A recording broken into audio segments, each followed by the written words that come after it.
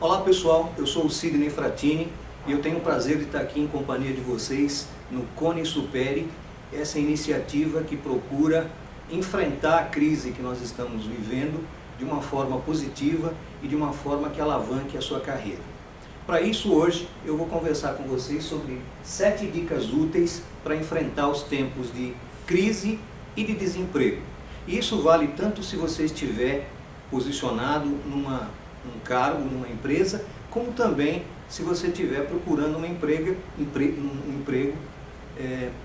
vinculado aí com o problema que aconteceu na crise. Você pode ter sido dispensado e está numa situação bastante complicada. Outro dia eu estava num congresso em São Paulo e eu recebi um telefonema no meio do congresso de um amigo meu. E essa é a cena que ele estava me descrevendo. Cada vez mais pessoas, e ele mesmo tinha acabado de ser dispensado do seu trabalho, e ele me disse: olha, o que você pode me aconselhar? Eu não queria tanto aconselhar, mas eu comecei a escrever e a refletir sobre 7 dicas úteis para enfrentar esse tempo, para enfrentar toda essa complicação que nós estamos vivendo. Então eu queria compartilhar com vocês, de uma forma bem rápida, de uma forma bem precisa, o que a gente deve fazer. Talvez isso não seja a garantia absoluta que nós vamos encontrar o emprego das nossas vidas ou de uma forma muito rápida. Mas se você assumir essas atitudes aqui, é muito provável que você potencialize o teu sucesso mesmo nessa época aqui. A primeira dica que eu tenho para você é essa aqui. Pare, faça um inventário dos seus recursos, da sua situação atual, dos seus conhecimentos, do tipo de estilo comportamental que você tem e das suas habilidades. A crise, muitas vezes, é um excelente momento para a gente parar, refletir, fazer um inventário de tudo aquilo que a gente tem de bom. Quem são seus amigos, quais são as experiências que você acumulou na sua vida, quais são os conhecimentos que você adquiriu, os cursos que você fez, enfim. Existe uma série de coisas positivas que você pode relacionar. Talvez as coisas negativas também, que podem não te auxiliar tanto. E aí é um momento de você parar, analisar e você pensar se você deve ou não continuar com determinadas práticas. Mas nesse momento, liste tudo, escreva isso, não deixe isso na sua cabeça. Na sua cabeça, às vezes, a gente dispersa o pensamento e isso efetivamente não te ajuda tanto assim. Então o que eu quero recomendar para você nesse primeiro momento, nessa primeira dica, é pare e analise qual é a sua situação. As empresas fazem isso quando elas estão numa crise. Elas procuram fazer um balanço dos seus problemas, das suas ameaças, das suas oportunidades e também dos seus pontos fortes e dos seus pontos fracos. A gente vai falar um pouquinho mais a respeito disso nas próximas telas e você vai ver como é que isso pode ser feito assim concretamente. A segunda dica é: procure o que você ama fazer, descubra os seus pontos fortes. Muita gente pensa que numa época como essa, o que a gente precisa fazer é mergulhar no primeiro emprego que aparece. Possivelmente isso seja uma situação recomendável. Na verdade, a gente não pode ficar aí no meio de uma crise muito seletivo, né? A gente precisa aproveitar as oportunidades que tem. Mas não deixe de pensar se esse novo emprego que você está pleiteando, que você está buscando, efetivamente te ajuda a encontrar ou a exercer aquilo que te faz bem, aquilo que te traz energia. Não perca essa oportunidade. A crise, pessoal, e eu vou repetir isso ao longo dessa apresentação, a crise não é eterna. A crise vai passar como muitas outras já passaram. Eu mesmo já vi muitas crises nesse nosso país. E de uma forma ou de outra a gente foi superando. A gente tem recursos internos. Lá a primeira dica: avalie os seus recursos, avalie a sua situação. E nessa segunda dica, por favor, você entenda o que faz você feliz para que você mire no alvo corretamente. Isso não é uma utopia, é uma coisa importante para a sua carreira, inclusive no médio e no longo prazo. Como é que isso você pode fazer? Como é que você pode entender efetivamente qual é a lógica dessa recomendação? Eu queria mostrar para vocês um diagrama aqui. Como é que se dá a matemática do aproveitamento do seu talento? Primeira coisa, o que as empresas buscam é resultados. Se você oferece resultados, efetivamente você está muito mais seguro. Resultados são produzidos por pessoas. Se você colocar numa sala aí computadores, diagramas, manuais, etc., eles não vão fazer nada sozinhos. Eles só vão fazer se as pessoas estiverem lá. E precisa ser pessoas com atitudes de alta performance. O que é atitude de alta performance? Atitude é todo o movimento do indivíduo. Se ele fica parado é uma atitude, se ele se dispõe a se comunicar é uma atitude, se ele se omite é uma atitude, tudo é uma atitude. E alta performance é encontrar os objetivos e metas do seu escopo de trabalho. Então, atitudes de alta performance são aquelas pessoas que atingem ou superam as suas metas características no seu trabalho. Agora, o que produz atitudes de alta performance? Evidentemente, a primeira coisa que vem na cabeça da gente são conhecimentos, conhecimentos adequados, não é cultura geral. Se você tiver cultura geral é melhor ainda, mas conhecimentos adequados ao que você faz é muito importante, ok? Mas também tem habilidades. O que é habilidade? Habilidade é o adestramento, é a maestria com que você faz alguma coisa, fruto do quê? Da prática constante. Mas sabe de uma coisa? O que consolida conhecimentos e habilidades para produzir atitudes de alta performance, pessoal, é uma coisa chamada comportamento. O que é comportamento? Comportamento é um estilo, é a sua maneira de ser. E a gente tem algumas ferramentas para a gente poder entender como que a gente identifica e como que a gente trabalha com o comportamento, como é que a gente faz a gestão do nosso comportamento. Primeira coisa é que você precisa entrar num processo de autoconhecimento. Existem muitas ferramentas no mercado, a gente vai sugerir uma delas aqui e depois até vai te dar um site para você entrar, porque nesse momento a gente precisa entender quais são os nossos pontos fortes e os nossos pontos fracos. Você lembra daquela primeira dica que a gente falou? Aquela primeira dica diz o seguinte: faça um inventário da sua situação, dos seus conhecimentos, das suas habilidades, mas também do seu comportamento. E aí que você vai começar a se conhecer bem. Eu vou citar aqui um exemplo. Na realidade, a ferramenta que a gente utiliza é a metodologia DISC. Essa metodologia foi criada na Universidade de Harvard há muitos anos atrás e é consagrada internacionalmente. Ela foi criada por um pesquisador chamado William Moulton Marston.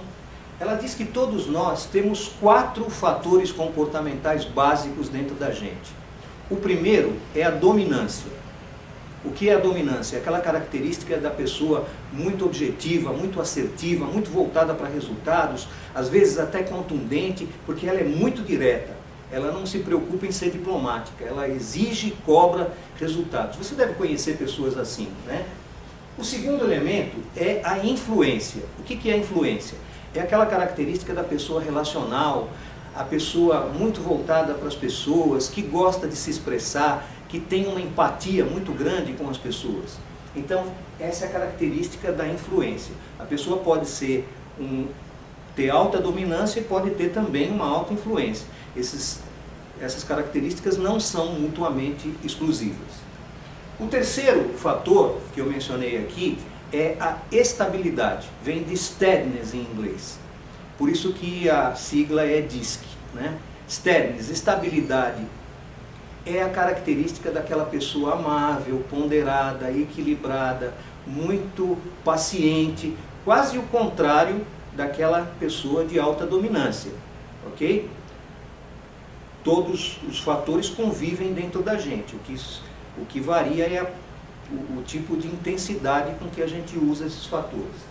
E o último fator é a conformidade, para compor a sigla DISC, e que diz assim: é a característica daquela pessoa extremamente analítica, extremamente minuciosa, voltada para normas, procedimentos. Você deve conhecer pessoas cujo comportamento predomina cada uma dessas características.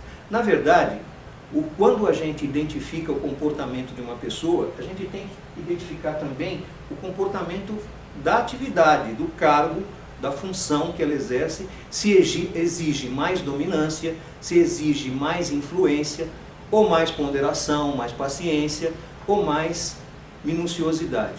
Na verdade, pessoal, nenhum fator desse é bom ou ruim em si. Todos eles são fatores apenas, são o retrato de uma pessoa. Depende de como ela utiliza, né? Se utiliza com exagero ou se ela utiliza assim, aplicando corretamente na medida certa e para o tipo de atividade. O que acontecia aqui com o comportamento não aderente ao cargo? E talvez seja esse o caso do meu amigo lá, que me telefonou durante o congresso e me disse que tinha sido dispensado. Talvez alguma análise comportamental dele dissesse que ele não tinha muita aderência ao cargo. Deixa eu mostrar para vocês aqui. Todo o perfil DISC, ele se manifesta através desse tipo de gráfico. Então, como que é essa pessoa aqui? Né? No caso aqui, o meu amigo. Você tem aqui uma pessoa de baixa dominância, portanto, ela não é extremamente assertiva, ela não é extremamente direta, ela procura ser mais diplomática, ela não é muito relacional, ela é uma pessoa mais recatada, mais retraída, mais introvertida. Não tem problema nenhum ser assim, tá? Ela é uma pessoa de alto S, a gente chama de alta estabilidade o alto S, né? O alto S é aquela pessoa, ela é muito ponderada, ela procura segurança, é muito paciente, muito ouvinte, ela gosta de ouvir as pessoas. E o C alto também mostra uma pessoa minuciosa. Esse meu amigo é extremamente minucioso, ele é extremamente voltado para normas, procedimentos, exatidão, precisão e tudo isso. Acontece que o cargo dele exigia uma pessoa que era completamente ao contrário disso. Aliás, não exigia uma pessoa, exigia um tipo de perfil, um tipo de comportamento mais arrojado, mais relacional, porque tinha muito contato externo. E esse meu amigo, ele conseguia fazer isso, mas ele fazia isso à custa de muito sacrifício. Ele tinha o cargo uma baixa estabilidade, um baixo S. O que significa isso? Significa que ele não tinha que ouvir, não tinha que ser muito paciente, ele tinha que partir mais para a ação e talvez menos para o planejamento. E o C baixo significa que ele devia ver mais a floresta e menos as árvores, quer dizer, ser menos detalhista para ter mais síntese no trabalho dele. E na realidade isso era o contrário do que o meu amigo podia oferecer. Até então ele se sustentou pelos conhecimentos, pelas habilidades que ele já vinha adquirindo, mas chegou um determinado momento em que foi feita uma análise um pouco mais precisa dos perfis demandados pela empresa e ele mesmo acordou que era melhor ele sair. Saiu agora numa circunstância de crise, então ele precisa utilizar esses conhecimentos aqui para buscar efetivamente um tipo de cargo, como você vê nessa tela aqui, que seja compatível com o seu perfil. E ele conseguiu, né? Esse fato aconteceu há alguns meses atrás e agora, nesse momento, ele conseguiu uma posição onde ele tem um tipo de trabalho que demanda minúcia, que demanda ponderação, que demanda rotina, paciência, mas que não demanda, assim, uma atividade muito assertiva e talvez não muito relacional. Claro que todo mundo precisa se comunicar, mas aqui é o foco do tipo de perfil. Espero que tenha dado para você entender isso aqui. E esse meu amigo entra também num processo chamado de autodesenvolvimento. Não basta só o autoconhecimento, é importante também o autodesenvolvimento. E aí ele começou a trabalhar com uma ferramenta nossa chamada MyTalent, eu vou dar o site para vocês ao final, e ele começou a trabalhar algumas características para adequar ainda mais o seu perfil ao seu trabalho. Nesse momento, se ele tem tempo de fazer isso, é muito bom, porque ele começa a trabalhar o elemento do comportamento, além dos conhecimentos e das habilidades que ele precisa desenvolver. Dica 3, né? E vale tanto se você estiver empregado, quanto se você estiver desempregado nesse momento. Nós estamos na dica 3. A primeira, então, é avalie. Segundo, veja o que você faz, veja o que você ama fazer. Terceiro, ative o seu networking, ok? Faça relacionamento, estenda os seus contatos, relacione, se exponha, não fique escondido. Nesse momento, às vezes numa situação de desemprego, pessoal, muita gente tem medo de se expor, medo de fazer contatos, etc. Não faça isso, não se esconda, essa não é a hora. A hora agora é de você fazer contatos externos, você está cada vez mais preparado para mostrar tudo aquilo de bom que você tem, e certamente você tem muita coisa boa, muito talento aí no seu perfil. Dica 4. Crie e apresente um projeto. Que projeto? Eu não sei. Eu não sei se é um projeto na sua comunidade de prática, na sua igreja, no seu clube, na sua associação, entre os seus amigos, ou mesmo se você estiver empregado, é hora de você criar um projeto que agregue valor à sua empresa. Com isso você consolida a segurança de ser visto como uma pessoa que agrega valor e, portanto, tem cada vez mais papel dentro da empresa para trazer resultados para a empresa. Lembra, o que as empresas querem é resultados, são resultados. Resultados são pessoas com atitudes de alta performance. Quando você utiliza seus conhecimentos, seus comportamentos e suas habilidades para criar um projeto novo para a empresa, seja na área de venda, seja na área de engenharia, depende da área em que você atua, com certeza você vai ser valorizado. E se você não está empregado, crie um projeto próprio, faça um trabalho voluntário, crie alguma coisa que faça com que você tenha que se comunicar cada vez mais, mesmo que você não for de um perfil assim tão comunicativo, mas crie um projeto. Isso vai fazer bem para você, isso vai fazer bem para a sua família e vai alavancar a sua carreira. Dica 5. Planeje a sua carreira baseada em seus reais talentos. Será que eu estou me repetindo aqui, pessoal? Não, eu não estou me repetindo. O que eu estou dizendo para você é o seguinte: não tenha uma perspectiva de carreira de curtíssimo prazo. É claro que você precisa encontrar um outro emprego para se sustentar, para sustentar a sua família depois de ter perdido um emprego. Mas não pense só em questão de emprego, pense numa perspectiva de carreira. Hoje em dia, na verdade, pessoal, o que você nota é que as pessoas vivem uma vida produtiva até muito mais tarde. Na geração dos meus pais, a pessoa com 40 anos era velha. Hoje em dia, eu conheço muita gente que trabalha tranquilamente até os 75, 80 anos. Uma vez eu falei isso, né? E alguém me perguntou, mas será que eu vou ter que trabalhar até os 80 anos, até os 70 anos? Não, não é questão disso, é questão que você pode ter uma vida produtiva e aproveitar os seus talentos até uma perspectiva muito mais tarde. Por isso você deve pensar em planejar a sua carreira. Muita gente que eu conheço já está na sua segunda ou na sua terceira carreira. E a ideia é você planejar isso. Dica 6. Aproveite o tempo. Claro que isso vale se você estiver empregado, mas vale também se você não estiver empregado. Não fique jogando videogame, ou assistindo televisão, ou passeando no shopping, simplesmente porque você tem tempo. Talvez durante alguns dias você possa fazer isso para descansar, para colocar as ideias no lugar, mas aproveite o tempo, você não está de férias.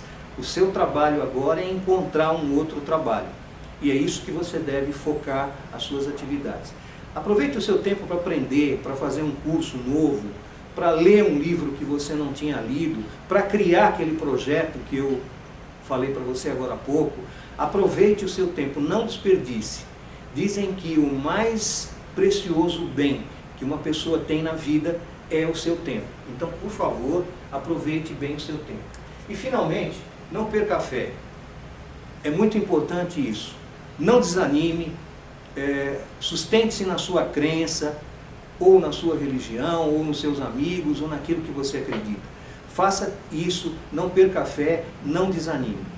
E para terminar essa nossa conversa, eu vou apresentar aqui para vocês, né, aí você vai ficar numa situação de integração com o seu novo trabalho.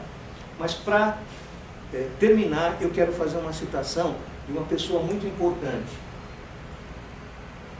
Numa conferência que ele deu há algum tempo atrás, né, já era um bom tempo atrás, ele disse assim: algumas vezes a vida pode te atingir na cabeça como um tijolo. Não perca a fé. Eu me convencia que a única coisa que me fez seguir em frente é que eu amava o que fazia.